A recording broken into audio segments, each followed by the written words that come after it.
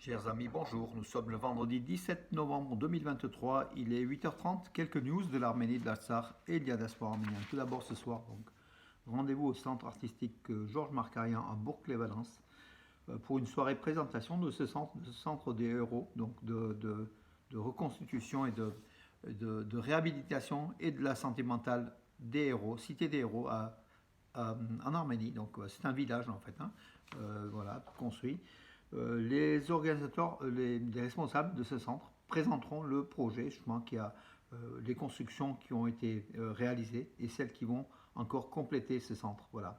Si vous vous intéressez à l'Arménie et puis aux blessures de guerre des soldats, des blessures morales, physiques et morales, mentales, les soldats, les enfants et leurs familles. Voilà, donc ce soir à 20h au centre artistique Georges Markarian. C'est organisé par l'association France Hashtag Arménie et l'association culturelle Arménia. Voilà mes amis. La bonne nouvelle, une nouvelle fois, donc l'Arménie continue sa fourniture d'armes auprès de l'Inde. Donc hier, donc, un journal indien a annoncé qu'il y avait 150 grenades. L'Arménie a acheté 150 grenades donc à l'Inde, des grenades offensives, hein, donc, qui sont fournies à l'Arménie par les munitions India Limited. Donc en fait c'est une société d'armement indienne.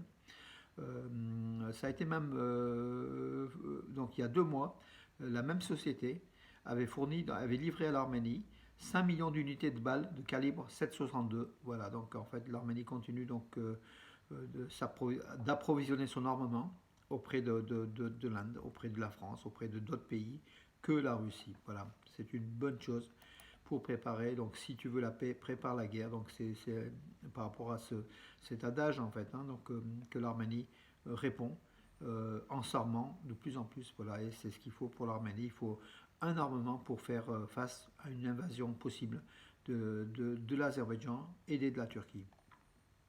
L'Azerbaïdjan qui n'ira pas à Washington malgré les demandes donc, de rencontres donc, des États-Unis entre l'Arménie et l'Azerbaïdjan pour pourparlers de paix. L'Azerbaïdjan a déclaré qu'elle n'ira pas à Washington pour une rencontre, donc sous la houlette du chef de la diplomatie américaine, Anthony Blinken. Voilà, c'est Anatoly Sidorov, chef d'état-major. Non, pardon, ça c'est encore autre chose, excusez-moi. Alors, ça a été déclaré par Bakou tout simplement, qui refuse de participer aux accords de paix. Donc voilà. Donc, alors, qui c'est qui l'a déclaré? C'est le ministère des Affaires étrangères d'Azerbaïdjan en fait. Hein, voilà, qui l'a déclaré. Dommage parce que l'Arménie, depuis Grenade, depuis la rencontre de Grenade européenne de Grenade, l'Azerbaïdjan est absent, tant à Bruxelles qu'à Grenade, qu'à Washington. Voilà, donc peut-être que l'Azerbaïdjan joue le jeu de Moscou contre l'Occident. Et les pourparlers de paix donc n'avancent pas dans ces conditions-là, même si le gouvernement pachinian essaye de dire que ça avance, mais a priori il y a des blocages qui sont réalisés. Voilà. Oui, Anatoly Sidorov, je reviens. Donc c'est le chef d'état-major des forces de l'OTSC, en fait, organisation de traité de sécurité collective, à laquelle l'Arménie veut, comment dirais-je, et veut peut-être se retirer, on ne sait pas. Voilà. Alors, non, là c'est quand même. Pardon, excusez-moi. Donc encore une fois, je pense que c'est pas le même article, excusez-moi. Donc du coup, l'OTC, donc Anatoly Sidorov, le chef d'état-major donc, de l'OTSC, estime que les dirigeants des pays de l'OTSC prendront des mesures pour stabiliser la situation dans le Caucase. Voilà, donc en fait, ils veulent surtout que l'Arménie ne quitte pas l'OTSC. Pachinian, il réfléchit pour éventuellement quitter l'OTSC pour se rapprocher de l'OTAN, bien sûr. Voilà donc la grande question à Yerevan. Est-ce que l'Arménie va se rapprocher encore de Moscou qui a trahi l'Arménie, hein, lors de la guerre de l'Artsakh, on l'a vu, hein, voilà. C'est la grande question. Alors, les opportunités de bien vivre en Arménie ont définitivement augmenté, affirme le Premier ministre arménien, donc Nikol Pachinian, qui affirme que depuis 2018, le PIB par habitant en Arménie a augmenté de 57,9% depuis 2018, sur les salaires réels en fait en Arménie. Et non, le PIB, pardon, et les salaires réels ont augmenté de 33%. Donc en fait, la croissance sur le revenu des ménages serait de 33% donc, depuis 2018, donc ce qui est un taux très important. Voilà.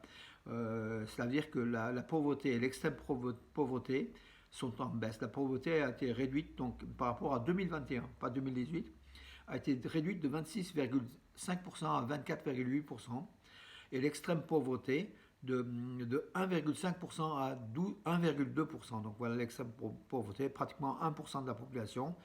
C'est un taux qui devrait aller vers zéro, mais bon, c'est quand même important. Et puis depuis 2018, depuis le gouvernement Pachinian, il y a eu création de 170 000 emplois en Arménie, ce qui est un record. L'Arménie qui a atteint un taux de population active record, donc là, ces derniers temps.